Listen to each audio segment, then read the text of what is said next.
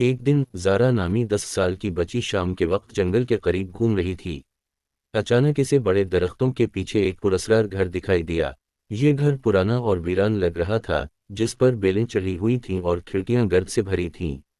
دروازہ ہلکا سا کھلا ہوا تھا، لیکن کچھ عجیب تھا، چاندنی میں یہ گھر مدھم روشنی میں چمک رہا تھا۔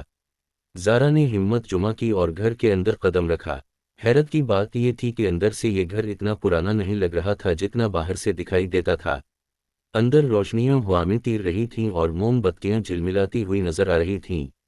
کمرہ بہت آرام دہ تھا، جہاں ایک چمنی جل رہی تھی، لکڑی کا فرنیچر اور پرانی کتابوں سے بھری الماریاں موجود تھیں۔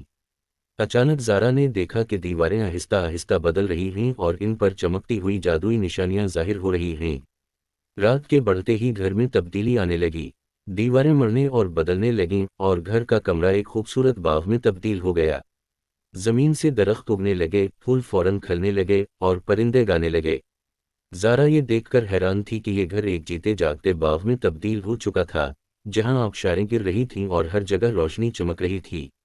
جب زارا باغ میں گھوم رہی تھی، اسے گھر کا محافظ ملا، جو ایک دوستانہ روح تھی۔ یہ روح چمکتی ہوئی روشنی سے بنی ہوئی تھی اور اس کے چہرے پر ایک نرم مسکراہٹ تھی۔ روح نے زارا کو بتایا کہ یہ گھر ہر رات بدلتا ہے۔ اس نے خبردار کیا کہ زارا جب چاہے یہاں آ سکتی ہے، لیکن کبھی سورج نکلنے تک نہیں رک سکتی، ورنہ یہ گھر ہمیشہ کے لیے غائب ہو جائے گا۔ جیسے ہی صبح ہونے لگی، گھر دوبارہ اپنی اصلی حالت میں آنے لگا۔ باغ آہستہ آہستہ غائب ہونے لگا، دیواریں دوبارہ پرانی ہو گئیں اور روشنی مدھم پڑنے لگی۔ زارا کو احساس ہوا کہ اب اسے جانا ہوگا۔ وہ دوڑتی ہوئی گھر سے باہر نکلی، جیسے ہی سورج کی پہلی کرن گھر کی چھت پر پڑی، گھر آہستہ آہستہ غائب ہونے لگا اور وہاں صرف خالی زمین کا ایک ٹکڑا باقی رہ گیا۔